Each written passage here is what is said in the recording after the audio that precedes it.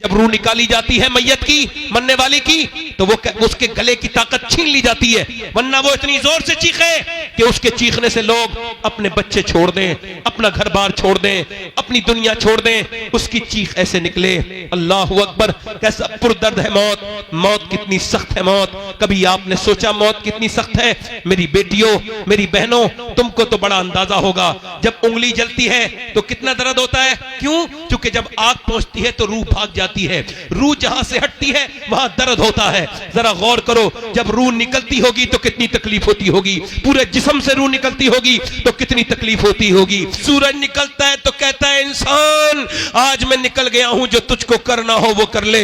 मैं आज आया हूं, आज के बाद नहीं आऊंगा। जब दिन डूबता है तो कहता है मैं गया, अब हिसाब के दिन आऊंगा, आज के बाद नहीं आऊंगा। सुबह हुई, शाम हुई, मौत के करीब चलते चले जा रहे हैं। लम्हा व लम्हा कब्र के करीब होते चले जा रहे हैं। ऐ मेरे दोस्त तौबा कर ले, ऐ मेरे भाई तौबा कर ले। आजा मेरे भाई, ये समझ ले अल्लाह ने तुझको क्यों पैदा किया। ये समझ ले, मैं आपको बताऊं, अपने पड़ोसी मुल्क में एक लड़का गाना गाता था। गाना गाते गाते मशहूर हो गया। 16 साल की उम्र में गाना गाते गाते बड़ा आदमी बन गया। उसने मर्सिडीज गाड़ी जीती, फिर दूसरी मर्तबा जीती, तीसरी मर्तबा जीती। उसने पैसे कमाए, दुनिया में घूमने लगा, वर्ल्ड टूर किया। उसका रियाल में, धर्म में, यूरो में, और उसने पाउंड में, डॉलर में रुपया कमाया। इतनी दौलत कमाई, एक शहर में एक घर, दूसरे शहर में दूसरा घर बनाया। 2 घर बन गए उसके। और 2 घर बनने के बाद अपनी मर्जी की लड़की से शादी की। नौकर चाकर पीछे, फोन, गाड़ियां, दौलत, शोहरत। 23 साल की उम्र में गाना गा रहा था, विदेश में गाना गाते गाते गिर गया। हसीन लड़का था, होश में आया, अस्पताल में था। चेकअप हुआ तो पता लगा दोनों गुर्दे खराब हो गए। दोनों गुर्दे, अल्लाह ना करे किसी के गुर्दे खराब हो। जब गुर्दे, अभी मुझे एक जवान लड़का मिला था, उसकी उम्र भी ज्यादा नहीं थी। उसने बताया कि मेरे गुर्दे खराब हैं। अभी आपके यहां मैं आया था और पता चला उसके बाप ने उसको गुर्दा दिया, तब उसकी जान बची। किसी का तो हो जाता है। इधर देखो, ये हाथ की नस फड़क रही थी काशीपुर के पास एक लड़के की। मैंने पूछा क्या हुआ? रोक के बोला मेरे दोनों गुर्दे खराब हैं और मेरा बाप सारी जमीन बेच के लगा चुका। मेरा बाप ने सब कुछ, मगर मेरे गुर्दे ठीक नहीं होते। कहता है 1 हफ्ते में 1 बार डायलिसिस होता है। डायलिसिस क्या होता है? पूरा खून निकाला जाता है। यानी जिसके गुर्दे खराब हैं उसका डायलिसिस 25,000 रुपए, 30,000 रुपए महीना कहां से आदमी देगा? घर बिका, मकान बिका।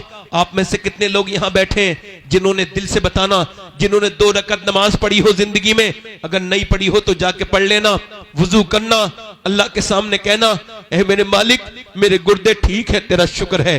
जरा गौर तो करो आप। मुझे कश्मीर में टेलीफोन आया तकरीर करने के लिए। मैंने कहा मेरे पास वक्त नहीं। उन्होंने कहा जो आपकी तकरीर सुनना चाहते हैं ये कैंसर पेशेंट हैं और ये चाहते हैं कि आखिरी बार आपकी तकरीर सुन लें। मैं गया, उसको कैंसर था, वो अब तो इंतकाल भी कर चुका है। सलीम नाम था, दाढ़ी थी, मेरे कहने से दाढ़ी रखाई थी।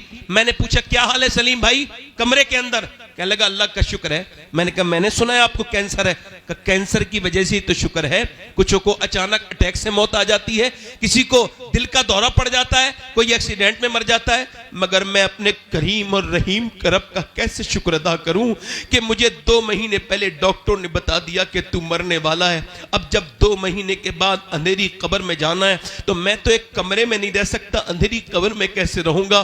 तो उसके सामने फूट के रोता हूं रात को। मैंने जब तक कैंसर की खबर नहीं सुनी थी तब भी नमाजें पढ़ी थी, मगर जब से कैंसर की खबर सुनी है अब बड़े आंसू निकलते हैं। सजदों में बड़ा मजा आता है। बगैर आंसुओं का सजदा क्या सजदा है?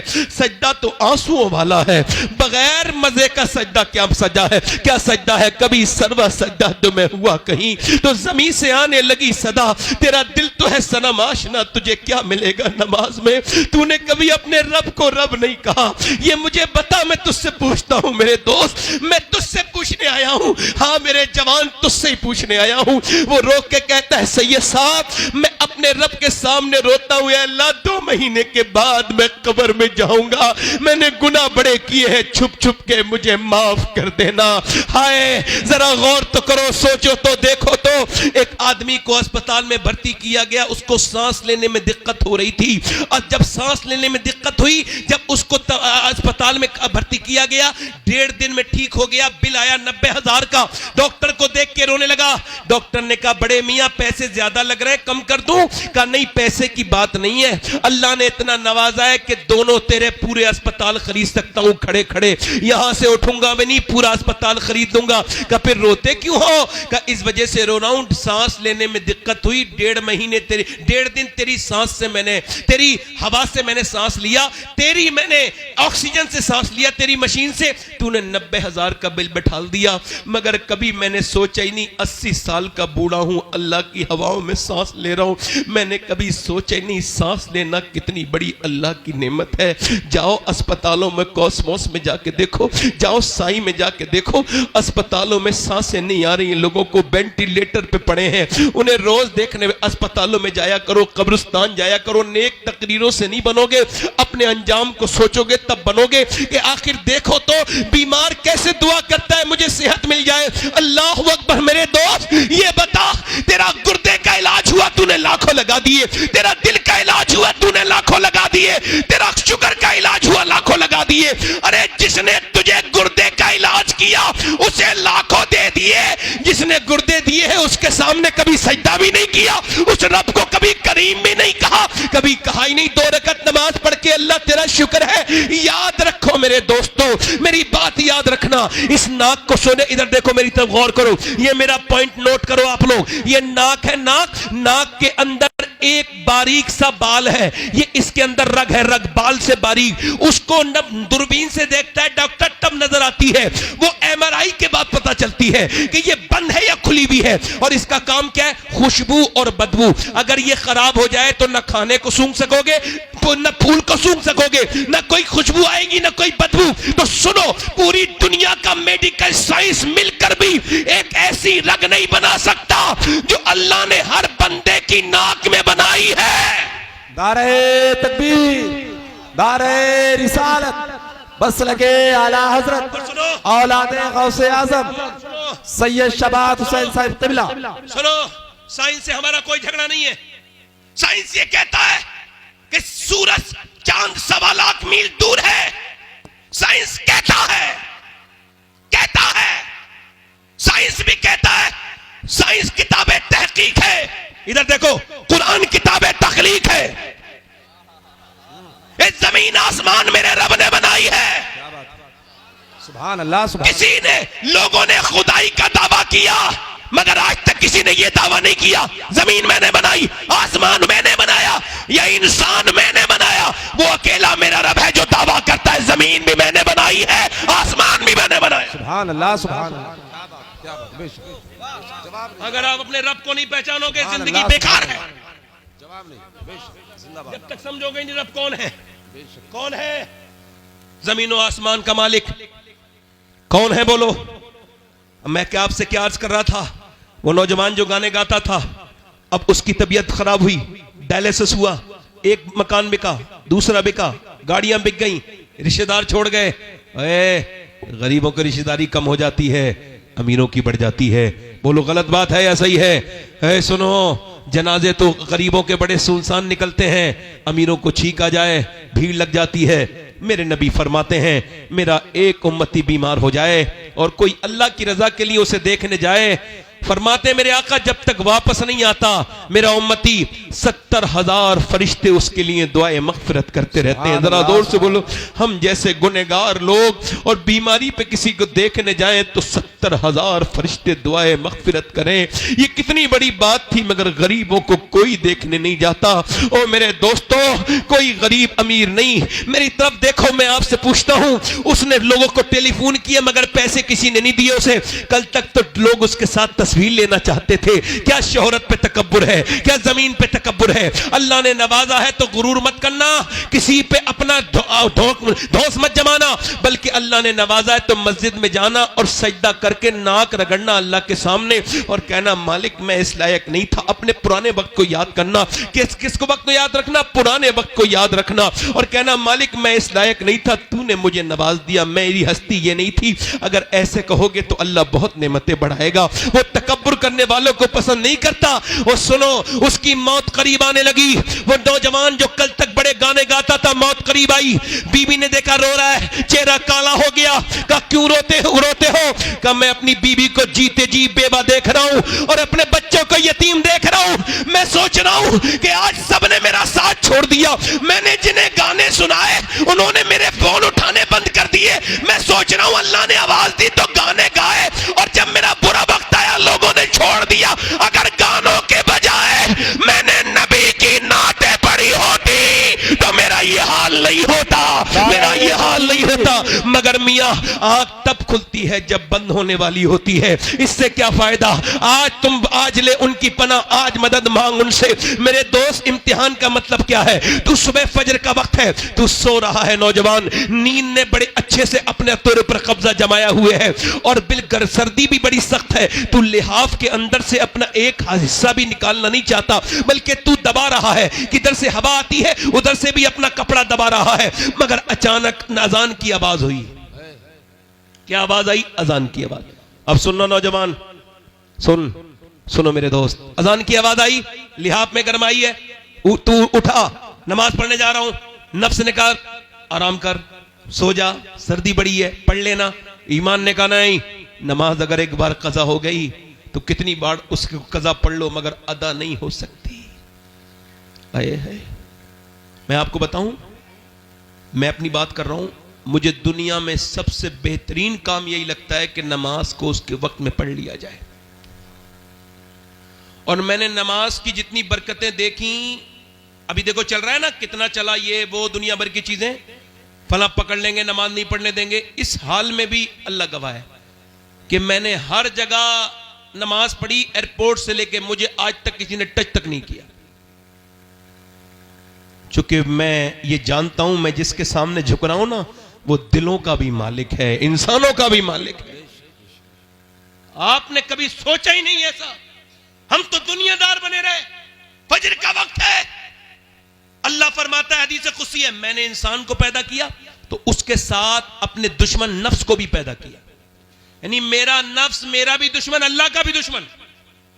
नफ्स अल्लाह का दुश्मन। नफ्स कह रहा है आराम कर ले, ईमान कह रहा है उठ जा। नफ्स कह रहा है सो जा, सर्दी बड़ी है। ईमान ने लिहाफ फेंक दिया, और फेंकने के बाद ईमान ने लिहाफ फेंकने के बाद ईमान आगे बढ़ा। उसने फिर ईमान ने ठंडे पानी में अपने हाथ डाल दिए और ठिठुरते हुए वुजू करके मस्जिद में गया, कांपता हुआ, और अपनी नाक लगड़ दी। जैसे ही नाक सजदे में लगी है, फरिश्तों ने आवाज दे दी, आज ये बंदा अपने नफ्स पर कामयाब हो गया, इसने अपनी जिंदगी का ये वक्त कामयाब किया। जिंदाबाद, जवाब नहीं। बहुत। अब उसके बाद आया, तवज्जो करो, उसके बाद वो निकला, तवज्जो करो, और उसके बाद नाश्ता करके निकल रहा था। एक लड़की निकल के जा रही थी, बड़ी खूबसूरत, बड़ी हसीन। एक नजर पड़ी, एक नजर माफ है, मगर वो लड़की बाहियात थी, बेहुदा थी, बेगैरत थी, बेशरम थी, बहुत ज्यादा शैतान की एजेंट थी।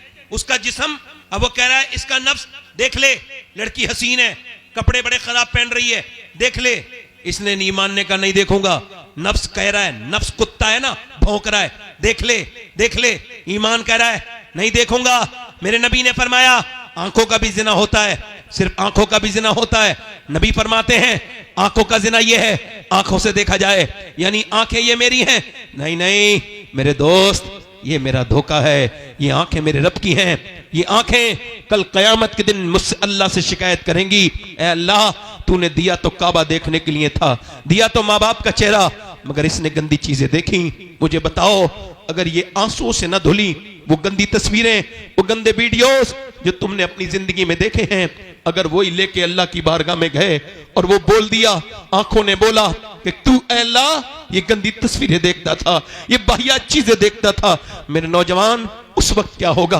तूने अपनी जवानी को बर्बाद कर दिया। ना मेरे बेटे, ना मेरे छोटे भाई, अपनी जिंदगी को बर्बाद न कर। अल्लाह तेरे सामने हाथ जोड़ता हूं, अपनी जवानी का हिफाजत कर ले, अपनी जवानी की। मेरे दोस्त, तेरी आंखों में कुछ नहीं बचा। 10-10 साल के बच्चे बर्बाद हो गए, 12-12 साल के बच्चे गंदी तस्वीरें देख रहे हैं, किसी को कोई फिक्र नहीं है। ओ खुदा के बंदो, अपनी नस्लों को बचा लो, बचा लो खुदा के वास्ते, अपने बच्चों को बचा लो। अल्लाह अकबर। उसने नहीं देखा, नफ्स कहता रहा लड़की निकल जाएगी, एक बार देख ले। और इसने कहा नहीं देखूंगा। जब वो निकल गई, इसने नीचे को आंखें की तो आंसू गिरे और कहने लगा या इलाही रंग लाए जब मेरी बेबाकियां। उनकी नीची नीची नजरों की हया का साथ हो। और मुसलमान, अल्लाह ने तुझे मोबाइल चलाने के लिए पैदा नहीं किया था। तू इंस्टाग्राम पे स्टोरी देख रहा है, फेसबुक पे देख रहा है। जरा इस नौजवानों को मेरी बात बताना तो बताओ तो मेरी बात इन नौजवानों को। ऐसे करके देखता रहा और देखते देखते तू जब गंदी तस्वीर देख रहा था, जब नीम बरहना लड़कियां अपने जिस्म का जब मुजाहरा कर रही थी और तू उसको देख रहा था, और जब तू उसको देखता था, देखते देखते अचानक तेरी सगी बहन की वीडियो आ गई।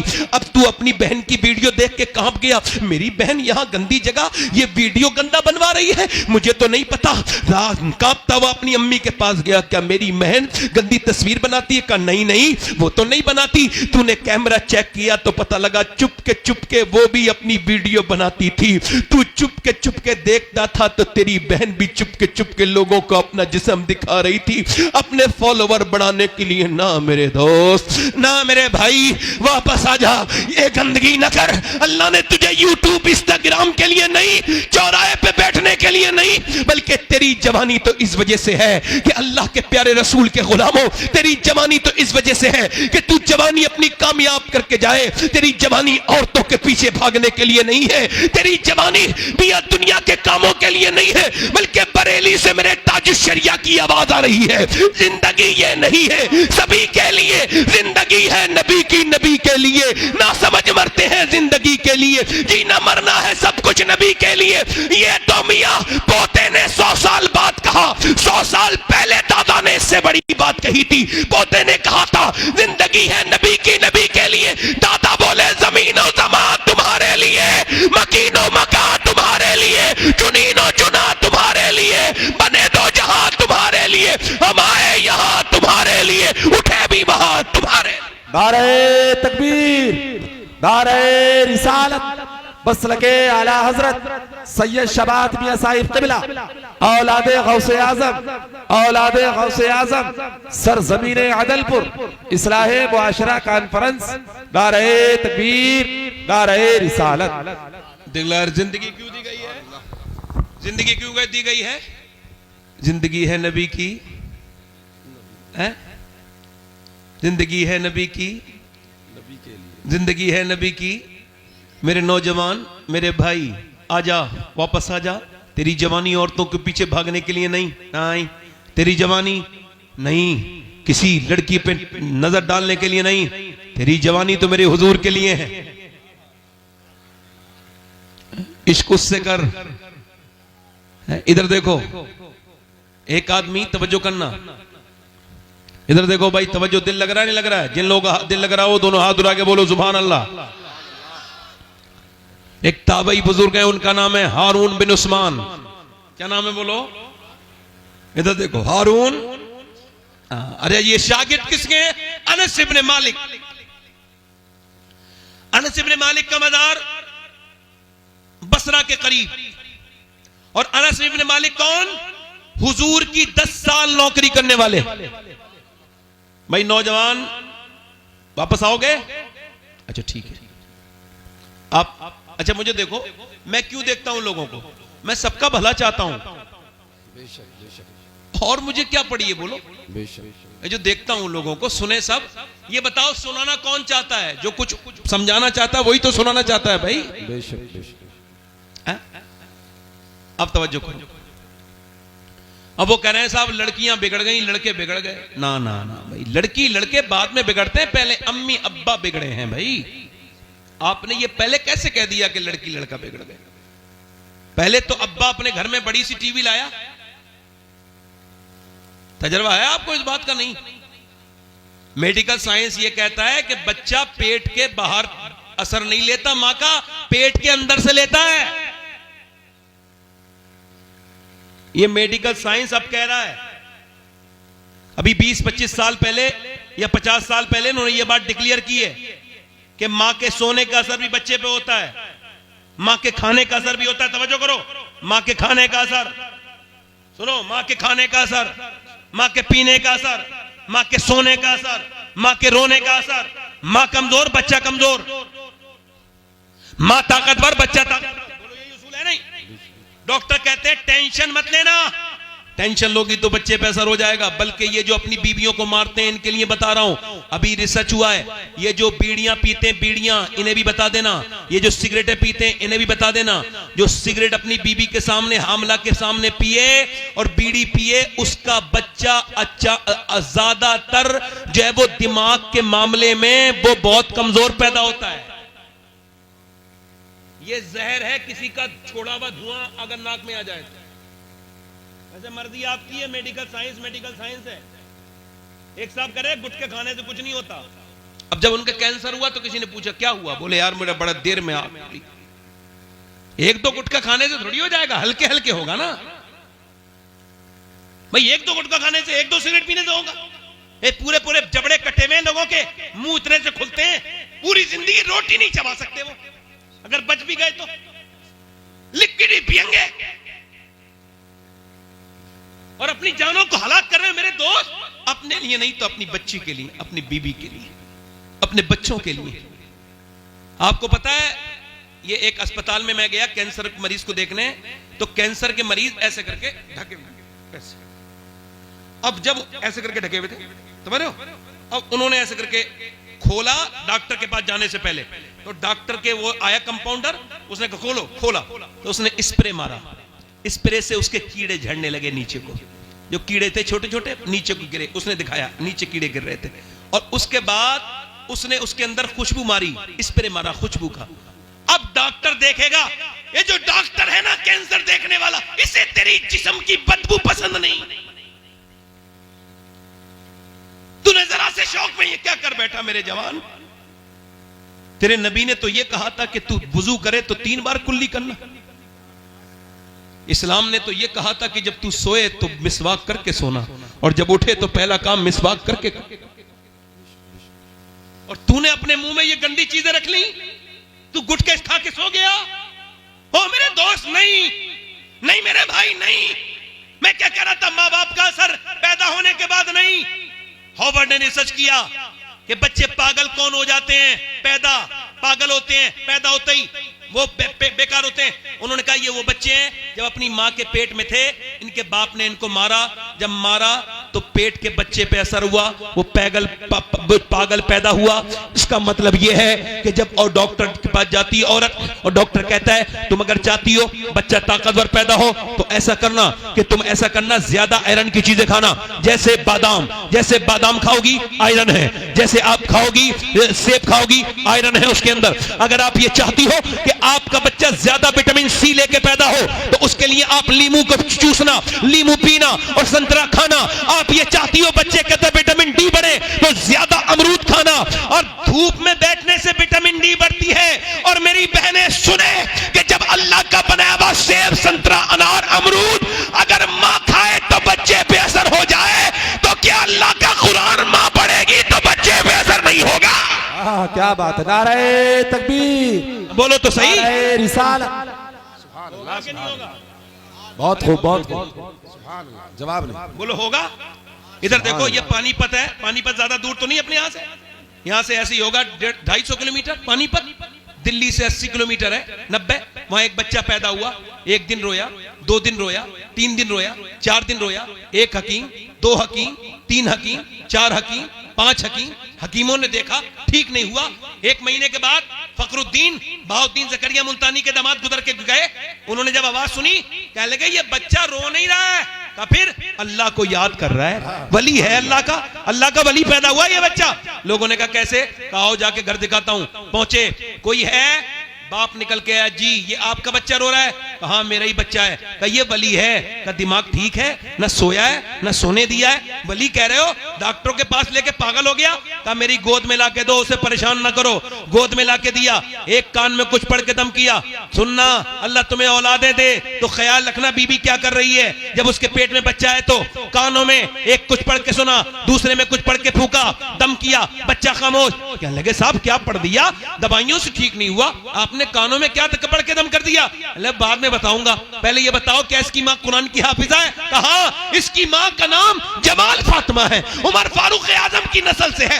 वो 24 घंटे में एक कुरान खत्म कर देती है, यानी 24 घंटा पूरा नहीं होता, इसकी माँ का कुरान पूरा हो जाता है। वो बुजुर्ग बोले तो सुनो, जब ये अपनी माँ के पेट में था ना, तो उसने उठते बैठते चलते फिरते रोटी बना के ऐसा कुरान पढ़ा, ऐसा कुरान पढ़ा कि पेट के अंदर बच्चे की कुरान सुनने की आदत हो गई। जब बच्चा पैदा हुआ, माँ जचगी में गंदगी में चली गई, कुरान उसने पढ़ा नहीं। बच्चे को कुरान की भूख लग रही थी, तुम 1 महीने से दवाइयां खिला रहे थे, मैंने एक कान में एक आयत पढ़ी, दूसरे में दूसरी पढ़ी, बच्चा खामोश हो गया। उसी बच्चे का नाम शरफुद्दीन बू अली शाह कलंदर पानीपती है। सुनो, जब माँ पानीपत में कुरान सुना है तो बच्चा पानीपत में बू अली शाह कलंदर बनता है, और जब माँ मदीने में कुरान सुना है तो बेटा करबला की जमीन पर सर कटने के बाद नेज़े पे चढ़ के कुरान सुनाता है और कहता है, माँ अगर फातिमा होती है तो बेटा हुसैन। नारे तकबीर, हाथ उठा के नारे तकबीर, नारे रिसालत, बस लगे आला हजरत उलमाए अहले सुन्नत औलादे गौसे आदम सैयद शबात हुसैन साहिब क़िबला। ये कुरान तो इस कौम ने जने कहां रख दिया। ये कुरान तो मेरे नबी का सबसे बड़ा मोजज़ा। सुभान अल्लाह, बहुत कुरान, जो कौम कुरान को नहीं पढ़ेगी उसे बर्बादी से कोई नहीं रोक सकता। मियाँ का दिया हुआ तावीज 3 बार उसमें मोम जामा हो गया। मैं किसी मियाँ का मुखालिफ नहीं, एक जगह में मियाँ लोगों के खिलाफ बोल रहा था, खराब मियाँ के खिलाफ, तो अच्छे मियाँ बुरे मान गए। मैंने कहा चोर की दाढ़ी में तिनका। मियाँ का तावीज, इधर देखो, कहां चले भाई? अच्छा आना, मैं कयामत तक यहीं बैठा हूं, दुरूद पढ़ लीजिए आप लोग। मतलब 1 घंटा आदमी बैठ नहीं सकता। खत्म कर दूं भाई? दिल लग रहा है? लग रहा है दिल? हाँ बोलेंगे, बोलेंगे। नूर भाई आपको ट्रेन भी पकड़वाएंगे, बोलेंगे, जोर से बोलो सुभान अल्लाह, दिल लगा के बोलो। मैं क्या अर्ज कर रहा था, मेरी तरफ देखो। अब वो मियाँ का तावीज तो मोम जामा करके लगा दिया गले में, और उसको तो खूब इतर भी लग रहा है, और जो हुजूर का कुरान था उसको अलमारी में रख दिया। उसकी तो जुमे के दिन भी गर्द नहीं छुटी। हाय हाय यार, उस जमाने थे। इधर देखो, कुरान तो वो चीज है, ये उलमा बैठे हैं। कुरान तो एक गैर मुस्लिम लड़की की एक मुसलमान लड़की दोस्त थी बचपन में, तो वो मुल्लानी के यहाँ कुरान पढ़ने जाती थी, तो वो भी इसके साथ जाने लगी। खैर हल्के हल्के उसने नाजरा पढ़ लिया कुरान पूरा। गैर मुस्लिम की लड़की ने, तवज्जो है कि नहीं? जी जी, ध्यान से सुनना। गैर मुस्लिम की लड़की ने नाजरा कुरान पढ़ लिया। उसने हल्के हल्के हल्के हल्के चुपके चुपके अपनी पड़ोसन के साथ, अपनी सहेलन के साथ कुरान को हिफ्ज भी कर लिया। यानी एक गैर मुस्लिम की लड़की, मैं कौम का नाम नहीं ले रहा हूं, हालात ठीक नहीं है, मगर सुन लो, गैर मुस्लिम लड़की, बुतों के पुजारी उसके घर वाले। मैं तुम्हें कुरान का मौजज़ा दिखा दूं। कुरान को जो छोड़ दिया ना, ये कुरान को छोड़ना इस कौम की तबाही बन गया। जरा मैं सही कह रहा हूं तो बोलो जरा। वैसे मैं किसी के बोलने से फर्क नहीं पड़ेगा, मुझे पता है मैं बात सही कह रहा हूं। है, अगर कोई मुझे दाद नहीं देता तो मुझे उसकी अकल पे अफसोस होता है, अपनी तकरीर पे अब नहीं होता। हाँ, वो जमाना था, अपडेट हो गया हूं। तो वो जो है कि नहीं, कुरान पढ़ते पढ़ते वो लड़की जवान हो गई। उसका रिश्ता बड़े कट्टर आदमी के साथ हुआ जो मुसलमान। उस्तादनी से कहा, उस्तादनी आपा, मैंने कुरान हिफ्ज़ तो कर लिया और दिल में मैंने कलमा भी पढ़ लिया है, मगर अगर मैंने बता दिया तो मेरे घर वाले मुझे मार देंगे, मेरे घर वाले मुझे। तो उसने कहा कि तू शादी कर, जाओ उसके साथ, गैर मुस्लिम के साथ, अल्लाह तेरा इंतजाम करेगा, और तू जिस कुरान की हाफिजा है वो खुद तेरी हिफाजत करेगा। कुरान, सुभान अल्लाह, सुभान अल्लाह। वो गैर मुस्लिम के साथ चली गई। उसकी उस्तादनी ने तोहफे के नीचे छुपा के कुरान रख दिया और कहा, मैं ये चाहती हूं ये मेरी शागिर्द वहां जाकर इस कुरान को खोले। अब वो कुरान जब वो नौकरी पे चला जाता तो वो कुरान पढ़ती और दुआ करती, या अल्लाह मेरे शौहर को भी ईमान की तौफीक दे दे। मगर वो था बड़ा कट्टर, मुसलमानों से नफरत करने वाला, बड़ी नफरत करता था। मगर अल्लाह के इंतजाम, उसको एक दिन घर आया, बीवी के सामने रोने लगा। बीवी ने कहा क्या हुआ? कहने लगे कई दिन से तबीयत खराब थी, अस्पताल में चेकअप करके आया हूं, तो डॉक्टर ने कहा कैंसर आखिरी स्टेज में है, अब तुम बचोगे नहीं। कहता है एक तो तुम इतनी खूबसूरत, इतनी मेरी भरोसेमंद, इतनी खिदमत करती हो, और मेरे बच्चा छोटा सा, बस मौत की वजह से डर रहा हूं। आगे बढ़ के बोली सुनो, मुझसे एक वादा करो, अगर तुम ठीक हो जाओ, मेरे पास इलाज है, तो जो मैं कहूंगी वो मान लोगे? उसने कहा बिल्कुल मान लूंगा, अगर मैं ठीक हो जाऊंगा। कहा बिल्कुल, तेरे पास कोई दवा? का है मेरे पास दवा। वो लेके आई पानी गिलास में, और उसने अपनी उस्तादनी को देखा था, अपनी पढ़ाने वाली अपनी जो है वो आपा को देखा था। उसने जो है ना उसमें सूरह फातिहा पढ़ के दम करना शुरू कर दिया। वो जब बीमार कोई आता था तो वो पढ़ती थी, वो दम करके पिलाती रही। तबीयत अल्लाह के फजल से ये हुई कि 3 महीने के बाद बोली अब चेकअप करा के आओ। चेकअप करा के आया तो उसने कहा ऐसा लगता है कि तुझे कभी कैंसर था ही नहीं, तेरे अंदर कभी कैंसर था ही नहीं। वापस आके खुश था, रिपोर्ट देख के फूले। अरे जिसकी जिंदगी बच गई हो बोलो, उससे बड़ी खुशी क्या होगी? बोला मेरी बेगम ये बताओ कि तुमने ये क्या पढ़ पढ़ के सुनाया था? कि तुम जिस इस्लाम से नफरत करते हो, ये उसी का कुरान मैंने पढ़ के सुनाया था, उसी रब का कुरान। अब तुमने मुझसे वादा किया था कि तुम कलमा पढ़ोगे। वो आगे बढ़ के बोला बिल्कुल, मैं बिल्कुल जिसे मैं नहीं मानता हूं उसकी किताब ने मुझे बचा दिया। जब मैं मानने लगूंगा तो फिर हाल क्या होगा? कलमा पढ़ के मुसलमान हो गया, फिर वो मुसलमान, उसका खानदान मुसलमान। कुरान अगर मां पढ़े तो पूरी खानदान को फायदा है। सुभान अल्लाह, सुभान अल्लाह या रसूल।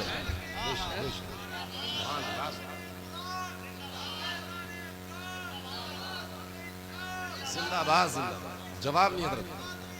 इमाम गजाली ने फरमाया जितना जिसका दिल साफ होगा वो उतनी कुरान की तिलावत करने वाला होगा।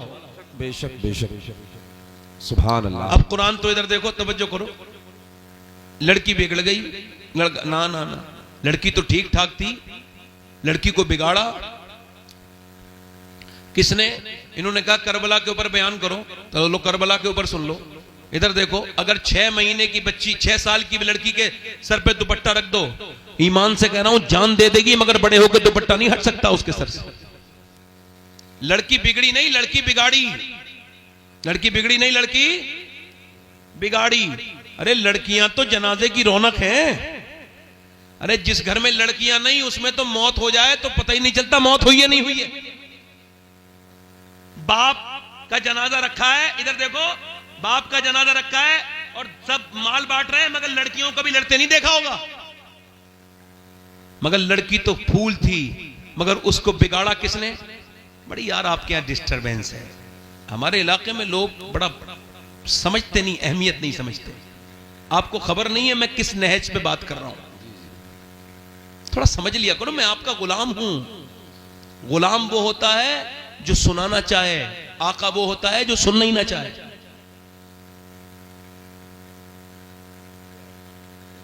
खादिम हूं, आपका खिदमत करने आया हूं। खादिम वो होता है जो पानी गिलास में लेके खड़ा हो, और आका वो होता है जो पीना ही ना चाहे। मैं सुनाना चाह रहा हूं, उधर लोग इधर उधर बात कर रहे हैं। सुन लो भाई, हो सकता है मेरा आखिरी तकरीर हो सकता है मैं कल की तकरीर ना कर पाऊं, कोई हादसा हो जाए, मर जाऊं, तो ऐसा भी हो सकता है। आप में से भी कोई आदमी ऐसा बैठा हो जो आज ही आज है, कल को अल्लाह ना करे वो दुनिया से चला जाए, तो कम से कम कुछ दिल में बात तो लेके जाए ना यार। सुनो बात, लड़कियां घर की जीनत है, रौनक है। हुआ क्या, वो घर में टीवी आया और वहीं से शुरू हो गई वो बुराई। अब 10 साल की हुई है लड़की, गंदी तस्वीर देख रही है अब्बा के साथ, अम्मी के साथ। घर में फिल्म चल रही है, अब्बा भी वहीं बैठा है बेगैरत, माँ भी वहीं बैठी, पूरा का पूरा खानदान बर्बाद है ये। वो माँ बड़ी दिल की कमजोर है, हीरो हीरोइन जब नहीं मिल रहे ना तो अम्मी रो देती है बेचारी, दिल की बड़ी कमजोर है। और जैसे हीरो हीरोइन मिले अम्मी खुश हो गई और अब्बा भी खुश हो गए। यही ड्रामा 10 साल देखा, उसके जज्बात बर्बाद कर दिए इन जालिमों ने। और जब उसने देखा मैं जवान हो गई, ये शादी नहीं कर रहे, वो भागी। अरे भागो तो अब्बा खुश हो जाते, अम्मी भी। जब वो भागी तो अम्मी बोली हाय मेरी नाक कट गई, मैं मुंह दिखाने के लायक नहीं रही। अरे अभी तो दुनिया में दिखाने के लायक नहीं है, तू आखिरत में भी मुंह दिखाने के लायक नहीं। बेहुदा, तू जितने टीवी के सामने रोई है ना, अगर इतना अपना अल्लाह के सामने रोई होती तो तेरी बेटी भागती नहीं, बल्कि तेरी सर फख्र से बुलंद कर देती, तेरा नाम ऊंचा कर देती। बेशक बेशक, सुभान अल्लाह। नाम ऊंचा। गैर मुस्लिम खुश हो रहे हैं, इधर देखो, ये भी मेरी बात जरा नोट कर ले आप लोग। गैर मुस्लिम खुश हो रहे हैं, हमने मुसलमान लड़कियां कन्वर्ट कर ली, उनका इस्लाम छीन लिया, मुसलमान को हिंदू बना दिया, और तुम्हारी औकात ही नहीं है किसी सच्ची मुसलमान औरत का ईमान छीन लो। बेशक, तुम तो किसी कॉलेज में पढ़ने वाली वाहियात किस्म की बेहुदा किसी बेगैरत माँ की लड़की को तुमने छीना होगा, वरना जिसे इस्लाम मिल जाए वो जान तो दे सकती है मगर ईमान नहीं दे सकती। बेशक बेशक। मुझे भी बड़ा अफसोस होता है कि गैर मुस्लिमों घर चली गई, मैं रोता तक हूं उस बात पर, मगर फिर भी ये बात कह रहा हूं, जिसे सही मानों में इस्लाम मिल जाए वो जान दे सकती है मगर ईमान, जान दे सकती है मगर ईमान। ये जितनी भागने वाली हैं, एक लड़की गैर मुस्लिम के साथ गई थी, मैंने उससे पूछा था ये बता सैयदा फातिमा को जानती है?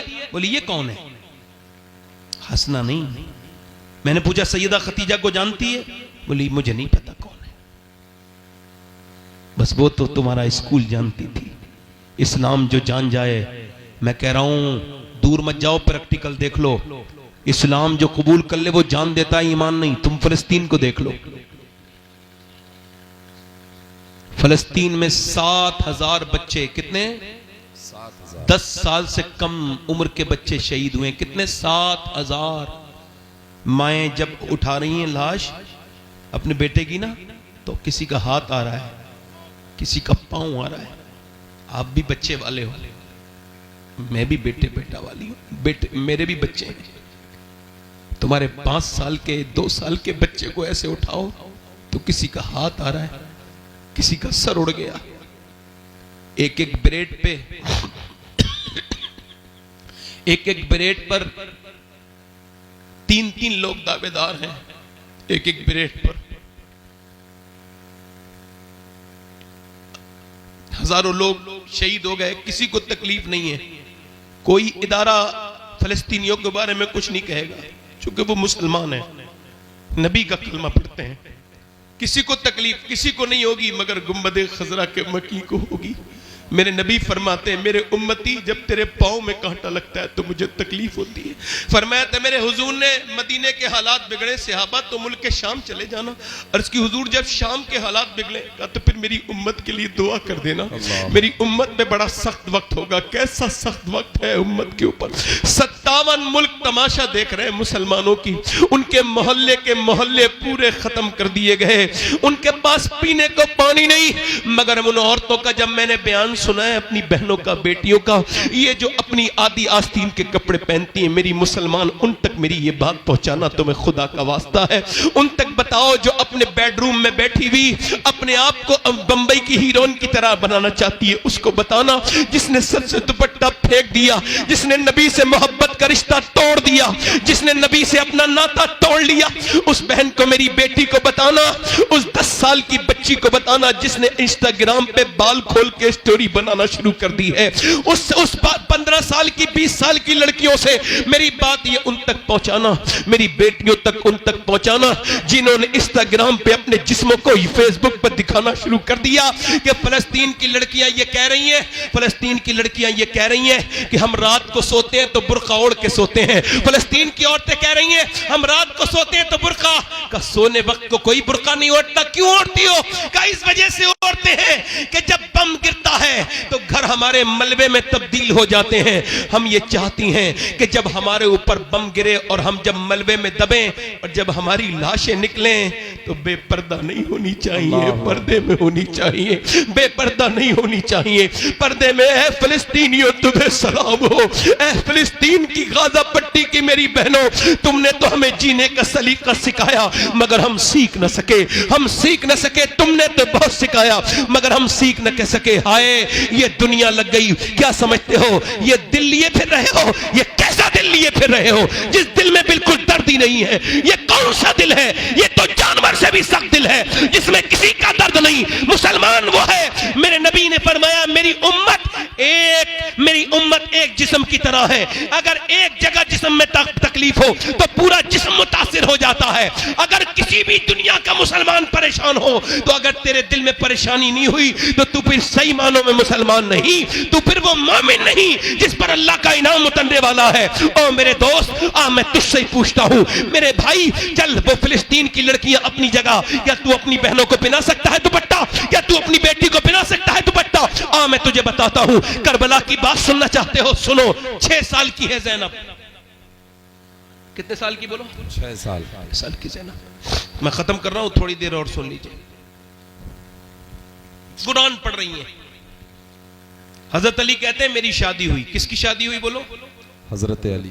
किसकी शादी हुई? हजरत अली। किसकी शादी हुई? हजरत अली की। हमारे यहाँ शादियां होती हैं, जैसी होती हैं सबको पता है, बात नहीं करनी चाहिए। मगर इतना याद रखना, अपनी बहन बेटी को बेपर्दा ले जाने वालों, तुम कोई नेक शरीफ नहीं हो, दयूस हो। नबी ने फरमाया जो अपने घर की औरतों को बेपर्दा रखे वो दयूस है, जन्नत की बू भी नहीं सूंघेगा।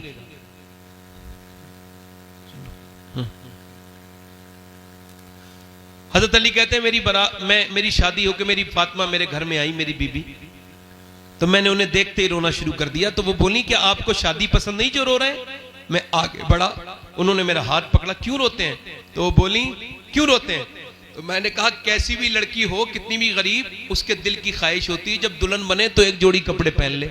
मैं देख रहा हूं फातिमा, आप जिस कपड़े में दुल्हन बन के आई हैं उसमें 17 पैमद लगे हुए हैं और आपको कोई अफसोस नहीं, आपको कोई तकलीफ नहीं। तो सैयदा फातिमा ने सर उठाया और कहा मेरे सरताज आप गम न करें। मेरे अब्बा फरमाते मेरी बेटी फातिमा, अल्लाह कपड़ों से राजी नहीं होता, अल्लाह तो सजदों से राजी होता है। कैसे राजी होता है बोलो? सजदों से। काश के मुसल्ले बिछ गए होते, काश के नमाजें पढ़ ली होती, काश के तब्दीलियां आ गई होती। मेरे दोस्त मेरी तरफ देख, करबला का मैदान है, सैयदा कायनात की बेटी ज़ैनब है। कौन है बोलो? ज़ैनब। इधर पूरा घर पड़ा हुआ है, बच्चा काट दिया गया है। अली के घर के नबी के विसाल को अभी 50 साल ठीक से नहीं हुए कि पूरी हुजूर की नस्ल का कत्ल कर दी गई। छोटे छोटे बच्चे, इमाम हुसैन, उनके सारे साथी, करबला का मैदान, ज़ैनब सैयदा हैं, निकल के जा रही हैं तो किसी ने आपकी चादर पे हाथ डाला, चादर खींच ली। चादर जब खींची तो बालों से सर ढक लिया। क्या करबला सुनोगे? बालों से सर ढक के मदीने की तरफ को मुंह देख के कहा, है मेरे नाना, मैं वही ज़ैनब हूं कि जब आप दुनिया से तशरीफ लेके जा रहे थे तो आपने मुझे सीने लगाया था और कहा था मेरी ज़ैनब बिल्कुल अपनी नानी खदीजा से मिलती हैं। ऐ नाना, मैं वही ज़ैनब हूं जिससे आप बहुत प्यार करते थे। आज मैंने वादा किया था अम्मी से मेरा सर कभी नंगा नहीं होगा, मगर मेरे भाई शहीद हुआ हुसैन, मेरा सर नंगा नहीं हुआ। मेरे भाई की, मेरे भतीजों की लाश पर घोड़े दौड़े, मेरे सर से दुपट्टा नहीं गया, मगर अब जालिम ने मेरा दुपट्टा खींच लिया। मेरे पास दुपट्टा नहीं है, मैंने बालों से चेहरा ढक लिया है। मेरे नाना नाराज ना होना अपनी बेटी से, अपनी नवाजी से नाराज ना होना। लो दुपट्टा छिन गया तो बालों से सर ढक गया, चेहरा ढक गया। ओ मेरी बहन, मेरी बेटी, ये तेरी दुनिया। ओ मेरे दोस्त, जरा अपनी बेटियों की खबर ले, अपनी बहनों की खबर ले। जरा देख तो उधर जनाजे पड़े थे करबला की बीबियों के, शोहरों के, और वो सजदों में अल्लाह के सामने। इमाम ज़ैनुल आबिदीन फरमाते मेरी फूफी ने करबला से लेके दमिश्क से लेके मदीने तक का सफर किया, मगर मेरी फूफी ने कभी, मेरी फूफी की नमाज तहज्जुद भी क़ज़ा नहीं हुई। मेरी फूफी जब वो ऊंट नहीं रोकते थे तो ऊंट के ऊपर ही नमाज अदा कर लेती थी।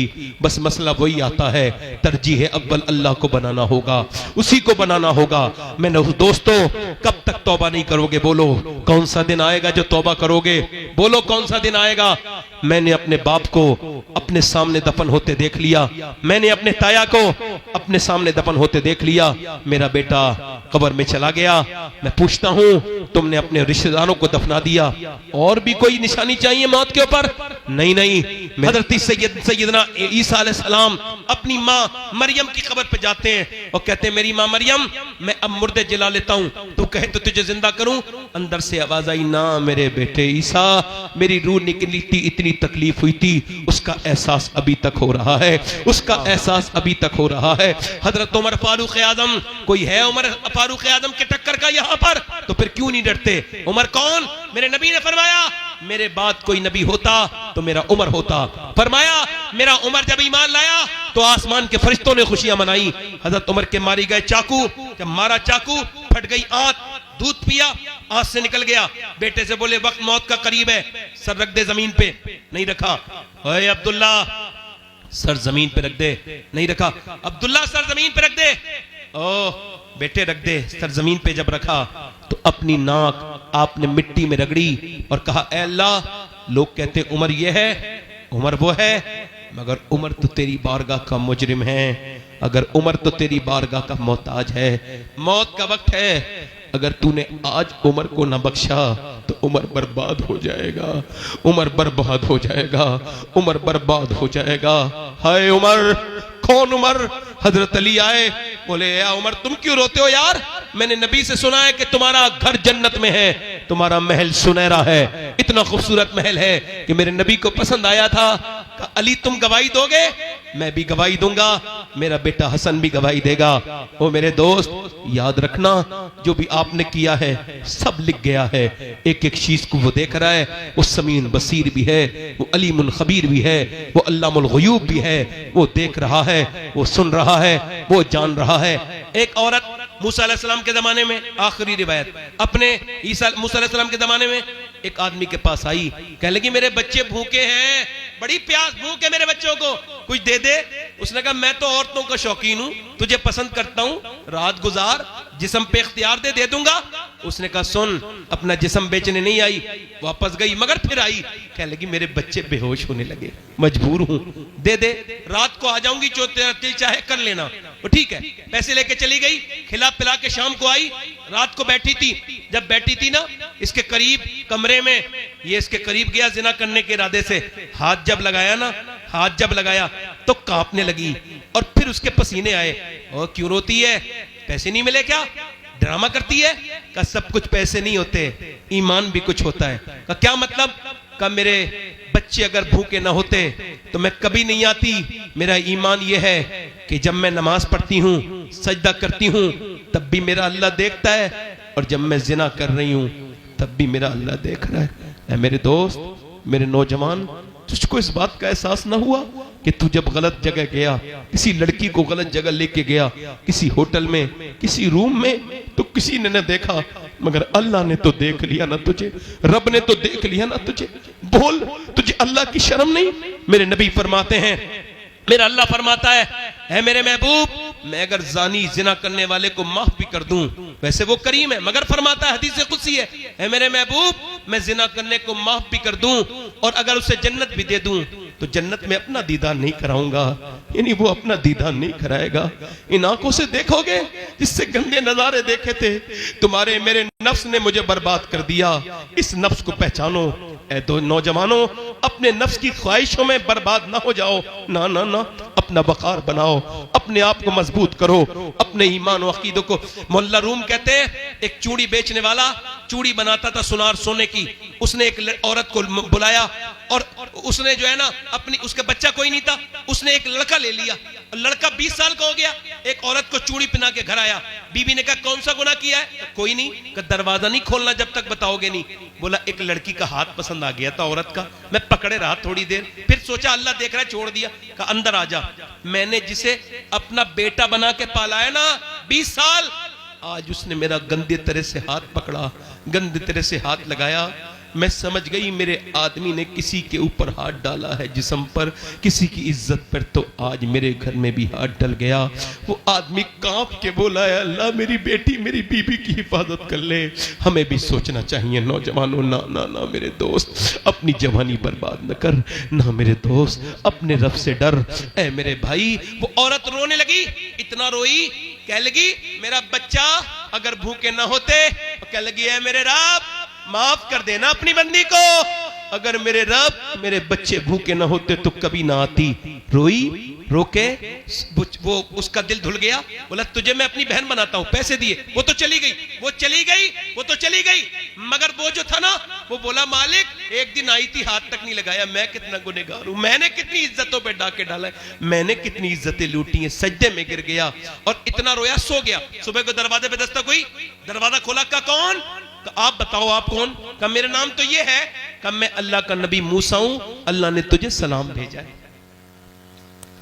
लगा मूसा चेक कर लो, मैं इस इलाके का सबसे वाहियात गुंडा इंसान हूं, मैंने बहुत इज्जतें लूटी। कहा रोया भी है तू? कहा कितना? कहा रात रोया हूं, पूरी कहानी सुना के बोला, मेरी पूरी आंखें भीग गई थी। कहा कितनी? पूरा चेहरा। मूसा बोले तेरा तो पूरा चेहरा भीग गया था। मगर अल्लाह फरमाता है ऐ मेरे बंदे, तू गुनाह चाहे कितने भी कर ले, मगर इतना रोले सच्चा कि तेरी आंख का आंसू तेरे गाल तक आ जाए, मैं सारे गुनाह माफ कर दूंगा, सारे। ये दोस्त, ये रिश्तेदार, ये अजीज, ये हाथ झाड़ के आ जाएंगे कब्र में, मिट्टी और कोई काम नहीं आएगा मेरे दोस्त, कोई नहीं आएगा। हाथ उठा के बताओ कितने हुजूर के नाम पे गर्दन कटा सकते हो? कितनों को मौत की फिक्र है? हाथ उठा के बताओ, दोनों हाथ उठा के बोलो, हुजूर के नाम पे कौन कौन गर्दन कटा सकता है? दोनों हाथ उठा के बोलो इंशाल्लाह। हाथ गर्दन कटा दोगे? नीचे हाथ। एक दूसरे की तरफ ना देखना, मुस्कुराना नहीं। जो गर्दन कटा सकता है कुछ भी कर सकता है, कुछ भी कर सकता है ना। एक दूसरे की तरफ ना देख। कितने लोग ऐसे हैं जो गर्दन भी कटा देंगे और आज से मेरे नबी के नाम पे पूरी दाढ़ी भी रखा लेंगे। इस महफिल में खड़े हो जाए, खड़े हो जाए। जो नबी के नाम पे दाढ़ी रखा है वो खड़ा हो जाए। एक दूसरे की तरफ ना देखें, मुस्कुराए ना। जो पूरी दाढ़ी रखा है अपने नबी के नाम पर वो खड़ा हो जाए। आपके दाढ़ी है, जिसके दाढ़ी ना हो वो आज से कौन है जो अपने नबी के नाम पे दाढ़ी रखाएगा? नौजवान है कोई आशिक रसूल? देखो आप एक दूसरे की तरफ ना देखो, मेरी तरफ देखो, मेरी तरफ देखो जरा। अब बताओ कौन है ऐसा आशिक रसूल जो आज से अपने नबी की सुन्नत को जिंदा करेगा? है कोई? कोई ना बोले और कोई सामना बोले नहीं। जो आज से रखा है वो खड़ा हो जाए, जो अपने नबी के नाम पे है। कोई आशिक रसूल? हर नबी के दाढ़ी, हर वली के दाढ़ी। हाँ याद रखो, दाढ़ी सुन्नत है, सुन्नत से चेहरे में बरकत होती है। दाढ़ी मुड़ाने वाला खूबसूरत नहीं है, दाढ़ी रखाने वाला खूबसूरत है। कोई इस महफिल में आशिक रसूल हो, नौजवान कोई एक, जो आज से अपने नबी के नाम पे पूरी दाढ़ी रखाने की नियत करे, वो इस महफिल में खड़े होकर कहे आज तक जिया था सभी के लिए, आज से जीऊंगा नबी के लिए। है कोई आशिक रसूल? सुभान अल्लाह। इस महफिल रसूल में है कोई आगे पीछे से दीवाना हुजूर का? देखो मुझे कोई अफसोस नहीं है, आ जाओ, आ जाओ, बाहर आ जाओ, निकल के बाहर आ जाओ। देखो आप लोग डरा मत करा करो कि मियां की इज्जत खराब हो जाएगी। जो पूरी दाढ़ी रखा है वो बाहर निकल के आ जाए भाई, आ जाओ, आ जाओ। सुभान अल्लाह, सुभान अल्लाह। आइए, उन्हें आने दो भाई, आने दो। सुभान अल्लाह। नारे तकबीर, नारे रिसालत। पूरी दाढ़ी रखाने वाला बाहर निकल के आए। और कोई आशिक रसूल है? कब्र में पहुंचोगे, ये जिनके लिए दाढ़ी मुड़ा रहे उधर देखो, ये सब कब्र के बाहर रहेंगे। वही नबी कब्र में तशरीफ लाएंगे जिनकी सुन्नत है ये दाढ़ी। सुभान अल्लाह, सुभान अल्लाह। आ जाओ मेरे भाई, अल्लाह ताला आपको पर फजल करे। आ जाओ, आ जाओ, आ जाओ, आ जाओ। सुभान अल्लाह, सुभान अल्लाह। नारे तकबीर। मैं देखो आज तो मैं इनको हाथ डाल रहा हूं, कब्र में जब जाएंगे तो मेरे नबी खुश होंगे इंशाअल्लाह। सुभान अल्लाह, सुभान अल्लाह। आ जाओ, दो आशिक रसूल हो गए। सुभान अल्लाह। खड़े रहना, खड़े रहना भाई, अभी जा रहे हैं, खड़े रहना। नारे तकबीर, या रसूल अल्लाह। कोई तीसरा आशिक रसूल है जो सुन्नत रसूल के लिए बाहर निकले? सब दफन करके लौट जाएंगे, याद रखना। जिनको चेहरा दिखाने के लिए दाढ़ी मुड़ाते हो, दाढ़ी रखाने वालों सुनो मेरी बात याद रखना, सब छोड़ के चले जाएंगे, कब्र में मेरे नबी का दीदार होगा। सुभान अल्लाह, दाढ़ी सुभान अल्लाह। कटाना मुंडाना एक बराबर है। एक मुट्ठी दाढ़ी जो रखा है वो खड़ा हो जाए, जिसके छोटी दाढ़ी हो वो भी खड़ा हो सकता है। जो खड़ा होगा उसको अल्लाह अजर देगा, बदला देगा। हुजूर की महफिल है, दो खड़े हो गए, मेरी बख्शिश के लिए तो कोई ना खड़ा होता, मेरा कहना ही अगर कबूल कर ले अल्लाह तो काफी था। बेशक बेशक। एक साहब कह रहे थे आपको डर नहीं लगता कोई नहीं खड़ा होगा तो बेइज्जती हो जाएगी? मैंने कहा बंदे की अभी कोई इज्जत ही नहीं है। बंदे की इज्जत उस दिन होगी जिस दिन ईमान पे खात्मा हो जाएगा। बाकी मेरी नजर में कोई इज्जत ही नहीं। बस मौत के वक्त ईमान नसीब हो और ईमान पे मर जाओ, यही इज्जत है। सारी इज्जतें उसे मिली जो ईमान बचा के ले। कोई तीसरा आशिक़ रसूल है? सुभान अल्लाह। तीसरा है कोई आशिक़ रसूल? आ जाओ नौजवान। अच्छा, मैं इस लड़के के लिए दुआ भी कर रहा था दिल में, या अल्लाह ये खड़ा हो जाए। ये तीसरा आशिक़ रसूल हो गया, सुभान अल्लाह। पूरी दाढ़ी रखाने वाला। मैं इस दुनिया के लिए मत रखाओ, ये दुनिया तो छोड़ देगी, छोड़ो। चौथा कोई आशिक़ रसूल है? महफिल रसूल में 4 यार कमाने वाला इमाम हुसैन का आशिक़। उठो इमाम हुसैन का तकरीर सुनने वालों, आ जाओ, करबला वालों के नाम पे खड़े हो। कोई चौथा आशिक़ रसूल है? सुन्नत, आ जाओ, बाहर आ जाओ निकल के। सुभान अल्लाह, सुभान अल्लाह, सुभान अल्लाह। दिल लगा के जरा बोलो सुभान अल्लाह, सुभान अल्लाह। माशाअल्लाह। भाई ये हमारे चैनल वाले लोग बड़ा मुस्कुरा रहे हैं, क्या बात है भाई? अरे ये बड़े अच्छे लोग हैं बेचारे। आओ इधर आओ, सुभान अल्लाह। बैठो, माशाअल्लाह, मुबारक। खड़े रहो भाई, खड़े रहो भाई। हार तो नहीं है मगर आपके लिए जीत है आज से। अब बिल्कुल पहनाओ, यही कहते हैं, ऐसे ही कहते हैं मुसलमान। जोर से बोलो सुभान अल्लाह। कोई बात नहीं, दोनों अलग मिले हुए हैं, हटेंगे नहीं वो। बस पहने रहो, पहने रहो, पहने रहो। कोई पांचवा है पंजतन मार्क कमाने वाला? सुभान अल्लाह। लो कौन नौजवान उठता है? ये देखो जलसों में को लोग कहते हैं ना जलसों से कुछ नहीं होता, जलसों से जिंदगियां बदलती हैं। बेशक बेशक बेशक। अगर जलसा हो, जलसा हो, मजाक ना हो, जलसा होना चाहिए। हक की खिताबत। अगर अल्लाह चाहे तो फजल फरमा दे आपने। ये सारे अच्छे लोग हैं, ये हमारे ये इमाम लोग बैठे हैं। इधर देखो भाई, ए रुको, चारों लोग वादा कर रहे हो। कोई पांचवा है? एक बार और कहना, वो पांचवा है कोई? चलो चारों लोग वादा करो, इंशाअल्लाह वादा करते हैं आज के बाद अल्लाह की रजा के लिए न कभी दाढ़ी कटाएंगे न मुंडाएंगे। बैठ जाए। अच्छा एक बात और सुनो, आप बैठो। ये आजकल चल रहा है पीरों का मामला। एक और आ गए, आ जाओ आ जाओ। अरे अभी कोई हमारे यहाँ रास्ता बंद थोड़ी हुआ है, ये तो कयामत तक वक्त है। आ जाओ, तौबा का वक्त, कयामत तक। आ जाओ। सुभान अल्लाह, सुभान अल्लाह। वाह वाह, वादा कर रहे हैं इंशाअल्लाह। माशाअल्लाह, सुभान अल्लाह। जोर से बोलो सब लोग सुभान अल्लाह। लो माशाअल्लाह, डाल दो इनके भी हाथ। लो हाथ डलाए, अब जीतते रहोगे इंशाअल्लाह। बैठ जाओ। इधर देखो, मेरी नजर में पीर वो नहीं होता जो नजराने लेके चला जाए। सुनो भाई, नजराने लेके जो आमाल के बारे में फिक्र ना करे। पीर वो नहीं होता मेरी नजर में जो गाड़ियों के पीछे दौड़ा है।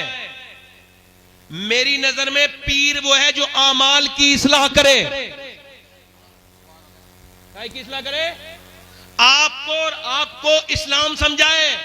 तो इस वक्त जितना बेहतरीन पीर मस्जिद का इमाम है इतना कोई नहीं है।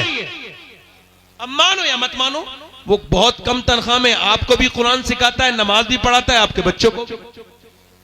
इमामों की इज्जत किसी के घटाने से घटती नहीं, सुन लेना, याद रखना इस बात को। इमामों की इज्जत किसी के घटाने से नहीं घटती। अरे जिसे नबी मुसल्ला दे दे उसी के पीछे मुक्तदी बनना पड़ेगा, चाहे तू कोई भी। इमामों की इज्जत बढ़ी रहेगी। क्यों? क्योंकि नबी के नायब है, सुभान अल्लाह, हुजूर के नायब है। अल्लाह आप सबको सलामत रखे। नमाज की पाबंदी करोगे नौजवानों? देखो मौत का कोई भरोसा, इतना तो करोगे ना? सच्ची बात है। आज से मुसल्ले शुरू, दोनों हाथ उठा के वादा करो, इरादा करो, वादा नहीं इरादा। नमाज पढ़ेंगे इंशाअल्लाह, दोनों हाथ उठा के। अपनी बहन बेटी को पर्दा कराएंगे इंशाअल्लाह। मसलके आला हदरत पे सख्ती से कायम रहेंगे इंशाअल्लाह। तौबा करें, अस्तगफिरुल्लाह रब्बी मिन कुल्ली ज़म्बिन व अतूबु इलैह। पढ़ लीजिए ला इलाहा इल्लल्लाह। अच्छा 1 मिनट भाई कह रहा हूं, पढ़ो ला इलाहा इल्लल्लाह मुहम्मद रसूल। मेरी जिंदगी का मकसद तेरे दीन की सरफराजी, मैं इसीलिए मुसलमान में इसलिए नमाजी, इस्लाम जिंदाबाद, मसलक आला हजरत पाइंदाबाद। लक़द काना लकुम फी रसूलिल्लाहि उस्वतुन हसना, सदक़ल्लाहुल अज़ीम। अभी 1 मिनट रुक जाओ।